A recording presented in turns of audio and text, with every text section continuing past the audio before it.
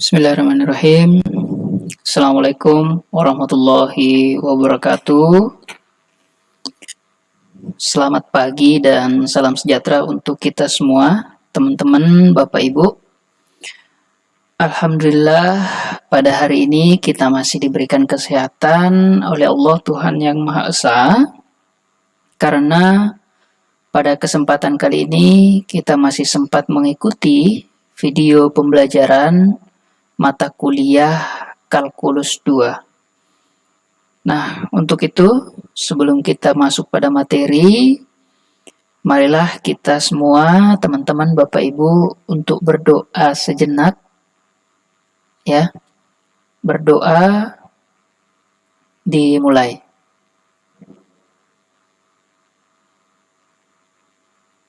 Selesai.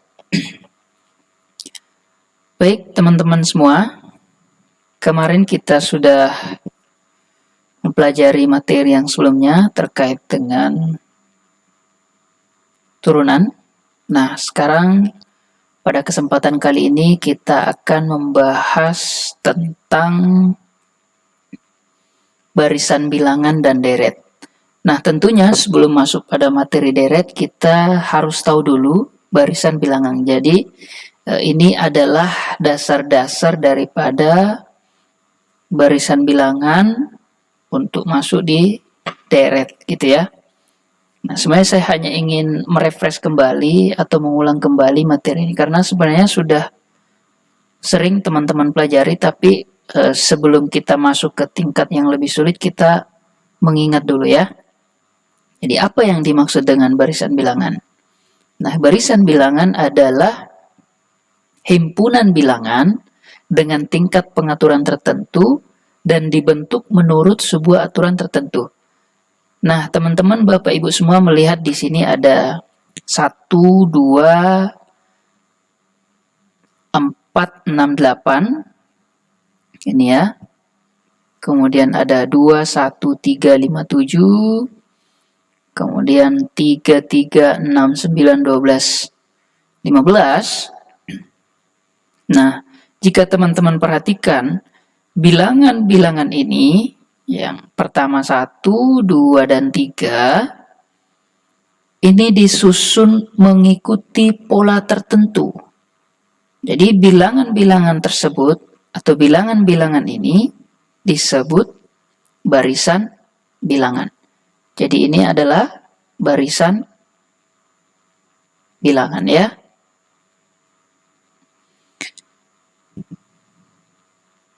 Adapun setiap bilangan dalam barisan, ya ini disebut suku barisan. Nah, jadi ini adalah suku barisan. Ini. Nah, suku ke N, suatu barisan bilangan dilambangkan dengan UN. Jadi, suku ini biasanya dilambangkan dengan N ya, U, gini. Nah, untuk itu, dari keempat bilangan ini, 2, 4, dan 6, ini kita urutkan. Misalnya, U1 ini adalah suku ke-1. Misalnya ini suku ke-1, terus U2 adalah suku ke-2. U3-nya adalah suku ke-3, yaitu 6. Dan berikutnya adalah U4, yaitu suku ke-4. Jadi, semua bilangan ini disebut suku barisan. Jadi, barisan bilangan 2, 4, 6, 8 memiliki 4 suku. Jadi, ini memiliki 4 suku. Jadi memiliki 4 buah suku. Nah, langsung saja coba kita masuk pada contoh misalnya ya. Contoh misalnya gini. Diketahui barisan. Diketahui barisan misalnya yang kecil aja ya, 1, 3, 5, 7, 9, 11, 13, 15. Nah, pertanyaannya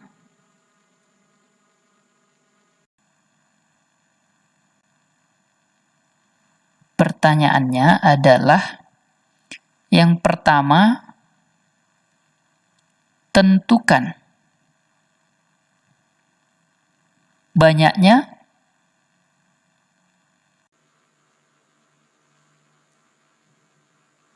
suku barisan. Yang kedua adalah sebutkan satu persatu suku yang dimaksud. Jadi yang kedua adalah sebutkan satu persatu suku yang dimaksud.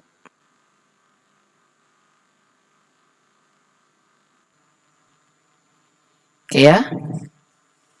Nah, kita jawab. Jadi yang pertama adalah kita tentukan banyaknya suku barisan. Yang mana suku barisan itu? Nah, tentunya ini ya. 1, 3, 5, 7, 9, 11, 13, dan 15. Sehingga, misalnya gini. Suku 1, U1 sama dengan 1. U2 sama dengan 3. Gitu kan? Jadi jumlah suku yang ada di sini itu 1, 2, 3, 4, 5, 6, 7, 8. Jadi ada 8 suku. Nah, ini ada 8 suku. Yang mana suku yang dimaksud? Yang pertama misalnya U1 adalah 1, U2 sama dengan 3, U3 sama dengan 5, U4 7, U5 9, U6 11, U7 13, U15 sama dengan U8 15. Jadi yang pertama adalah tentukan banyaknya suku barisan. Jadi ada 8 suku barisan. Jadi ada 8 suku barisan. Di antaranya adalah U1 adalah 1, U2 adalah 3, dan seterusnya. Itu ya. Itu untuk contoh misalnya. Nah, sekarang misalnya contoh berikutnya. Contoh berikutnya misalnya begini. Diketahui.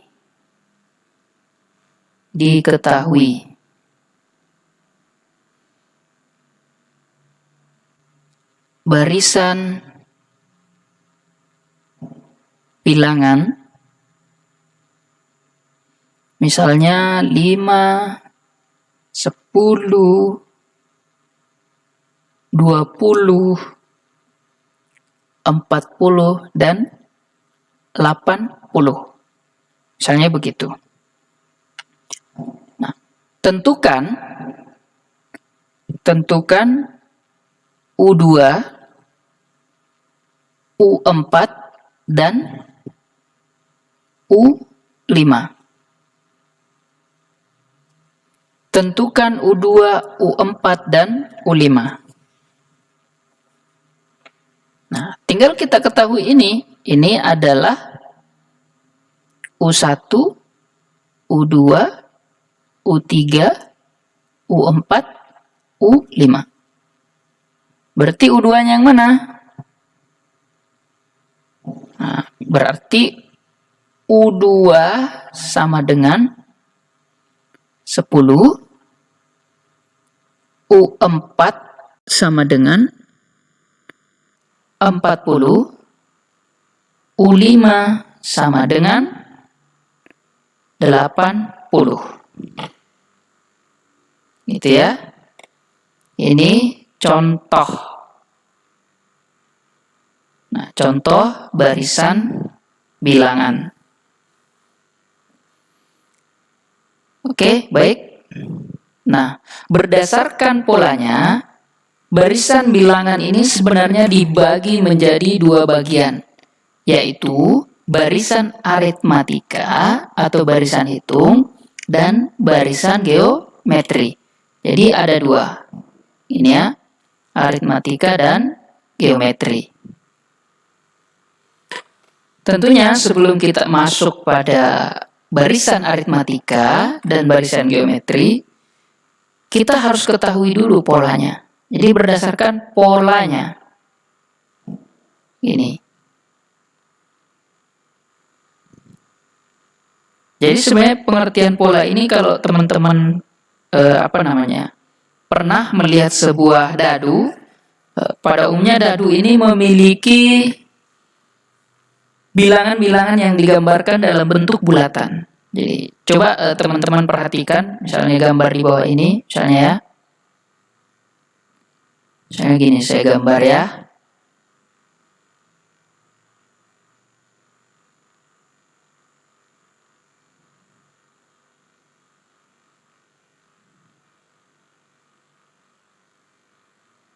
Ini adalah contoh saja.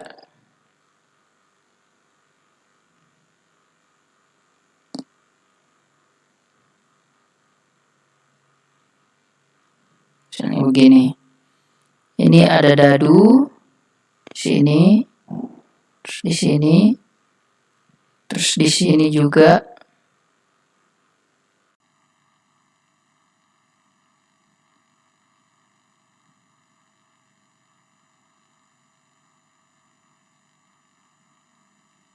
Nah, misalnya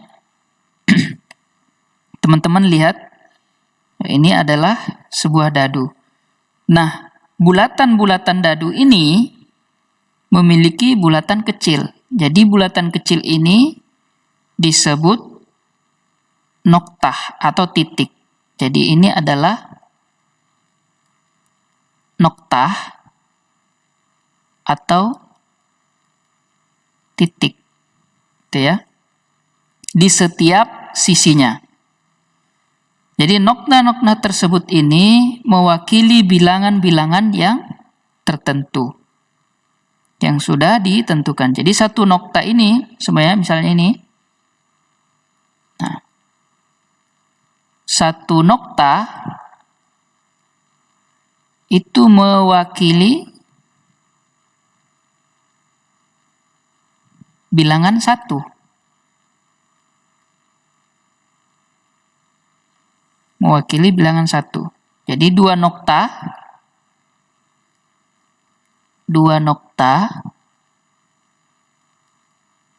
mewakili bilangan 2. Dan begitu seterusnya. Ya, sehingga ada 6 nokta yang mewakili 6 bilangan. Jadi penggunaan nokta untuk mewakili suatu bilangan tertentu sebenarnya telah digunakan manusia pada zaman dahulu. Jadi uniknya penulisan nokta-nokta tersebut ternyata mengikuti pola yang didasarkan pada bentuk bangun datar atau bangun ruang. Nah, sehingga pola bilangan matematika ini adalah susunan dari beberapa angka yang dapat membentuk pola tertentu. Jadi contohnya tadi itu adalah misalnya dadu gitu ya. Jadi dia ini membentuk begini ya. Ini hanya gambaran saja. Nah, misalnya di sini ada dadu.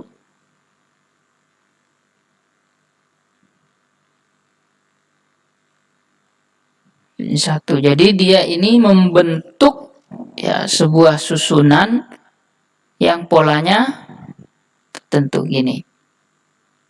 Itu ya. Nah, berikutnya sebenarnya ada macam-macam jenis pola bilangan. Jadi macam-macam jenis pola bilangan itu ada beberapa. Yang pertama adalah pola bilangan garis lurus. Apa itu pola bilangan garis lurus? Nah, pola bilangan garis lurus yaitu penulisan bilangan yang mengikuti pola garis lurus merupakan pola bilangan yang paling sederhana. Jadi suatu bilangan hanya digambarkan dengan nokta yang mengikuti pola garis lurus. Contoh misalnya. Contohnya misalnya ini. Oke. Terus bagian B.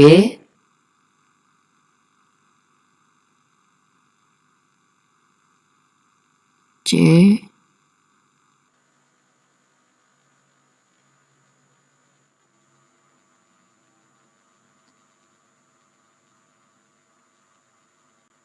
Ini contoh ya.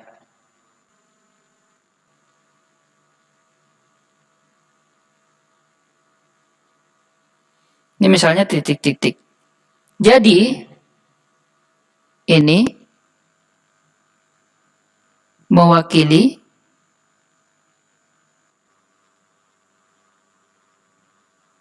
bilangan 2. Yang ini mewakili bilangan 3. Terus berikutnya mewakili bilangan 4. Dan yang terakhir adalah mewakili bilangan 5. Nah, ini adalah contoh pola bilangan garis lurus. Jadi pola bilangan garis lurus ini seperti ini. 2 mewakili bilangan 2, 3 mewakili bilangan 3. Oke? Jelas ya? Berikutnya adalah pola bilangan persegi panjang. Seperti apa pola bilangan persegi panjang itu? Nah, pada umumnya penulisan bilangan yang didasarkan pada pola persegi panjang hanya digunakan oleh bilangan yang bukan prima. Jadi pola ini nokta-nokta disusun menyerupai bentuk persegi panjang. Nah, contoh misalnya ini ya. Misalnya ini contoh. Kita titik-titik bundar gini ya.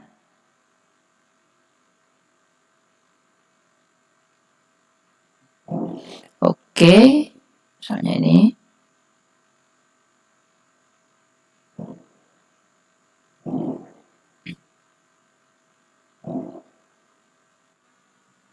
Oke.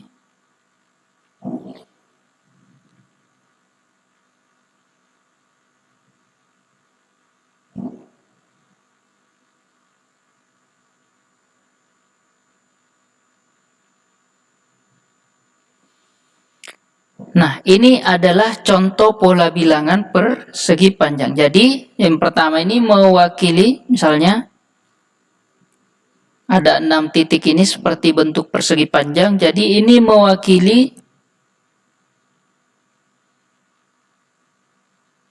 mewakili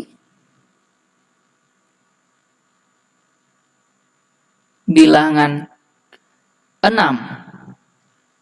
yaitu 2 dikali 3 sama dengan 6. Jadi pola persegi panjang ini mewakili bilangan 6, yaitu 2 kali 3. Nah, berikutnya ini mewakili bilangan berapa? 8 ya, yaitu 2 dikali 4 sama dengan 8. Dan yang terakhir adalah bilangan ini mewakili bilangan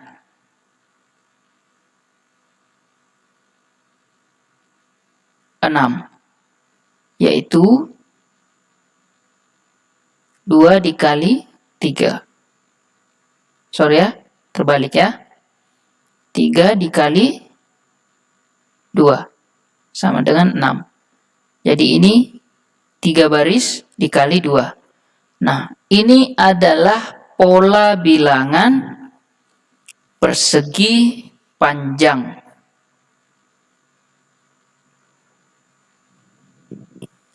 Sehingga bentuk nokta-noktanya yang disusun menyerupai bentuk persegi panjang. Nah, gitu ya. Berikutnya adalah, ini contoh saja tadi ya. Sudah. Berikutnya adalah yang ketiga, pola bilangan persegi. Seperti apa itu pola bilangan persegi? Nah, persegi ini merupakan bangun datar yang semua sisinya memiliki ukuran yang sama panjang, begitu pula dengan penulisan pola bilangan yang mengikuti pola persegi. Sehingga semua nokta digambarkan dengan jumlah yang sama. Ya, misalnya perhatikan uraian berikut. Misalnya contoh. Contoh ini ya. Oke, misalnya seperti ini. Kemudian begini. Berikutnya adalah 2, 3, 1, 2, 3, 1, 2, 3. Ini misalnya persegi ya.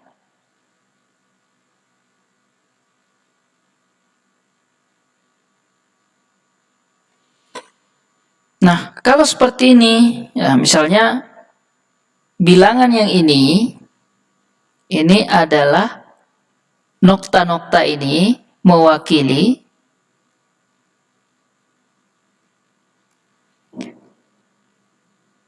bilangan keempat, yaitu 2 dikali 2. Jadi sama dengan 4. Jadi 2 dikali 2. Kemudian berikutnya adalah ini mewakili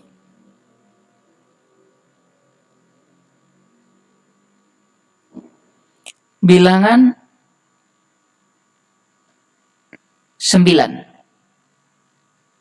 Kenapa kok 9? Jadi dia ini adalah 3 dikali 3.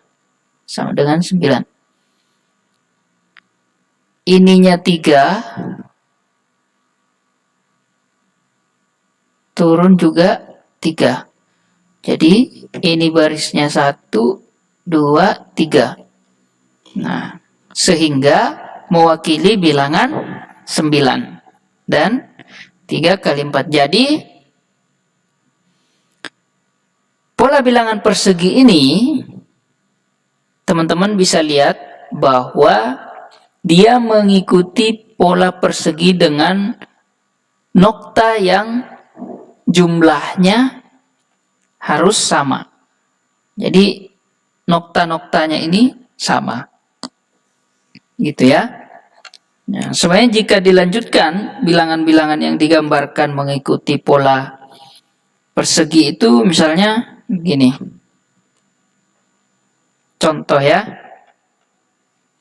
Misalnya ini pola,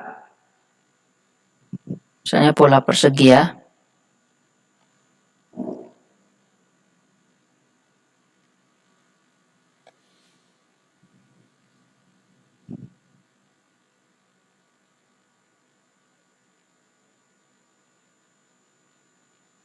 Satu,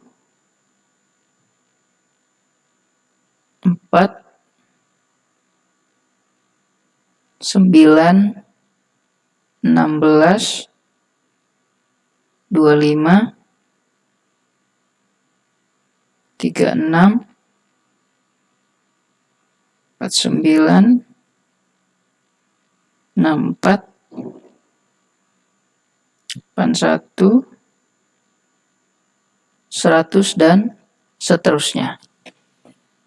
Ini kita ambil contoh sampel aja ya. Jadi bilangan-bilangan ini merupakan bilangan kuadrat pangkat 2. Jadi bilangan ini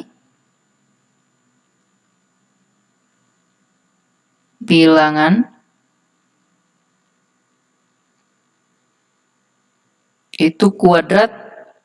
Nah, bilangan-bilangan ini kuadrat ya. Pangkat 2, misalnya begitu. Nah, bilangan polanya ini memiliki seperti ini. Misalnya 1, 4, 9, 16, 25, 36, 49, 64, 81, 100 gitu ya. Sampai di situ saja. Nah, sehingga polanya itu gini.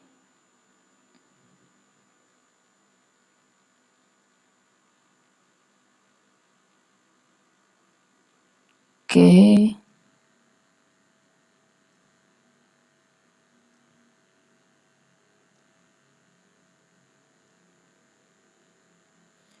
Nah, 1 ke 4 ini itu selisihnya berapa? Tentunya dari 1 ke 4 ini misalnya begini. Ini ditambah 3. 4 ke 9 ditambah berapa? Selisihnya berapa? T ditambah 5 kan? Nah, 9 ke 16 itu ditambah berapa? 7 kan? Terus kalau yang ini ditambah 9. Jadi dilihat dulu selisih di antara ini 16 menuju 25 dan seterusnya. Ini 11. Ini 13 ya. Ini ditambah 15. Terus ini ditambah 17. Dan seterusnya. Kalau ini tentunya ditambah 19 ya.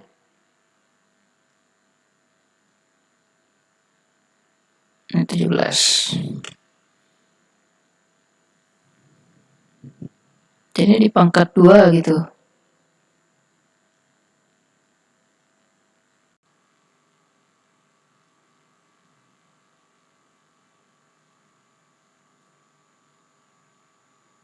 Terus jelek ya. Ini 3 ke 5 berapa? Itu semua 2. Jadi ini ditambah 2. Ini pun tambah 2. Ini ditambah 2. Ini tambah 2. Ini tambah 2. Tambah 2. Tambah 2. Tambah 2. Tuh. Jadi, bilangan kuadrat ini memiliki pola seperti ini. Tuh, jadi ini polanya. Oke.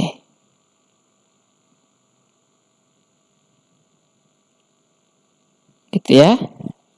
Nah, mungkin cukup di sini saja materi kita. Nanti kita akan coba lanjutkan di pertemuan berikutnya terkait dengan macam-macam jenis pola bilangan. Ya.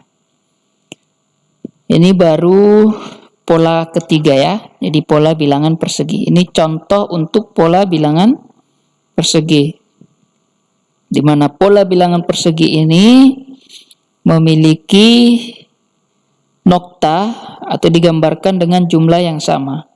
Nah, jika dilanjutkan bilangan-bilangan yang digambarkan mengikuti pola persegi itu yang ini. Artinya apa?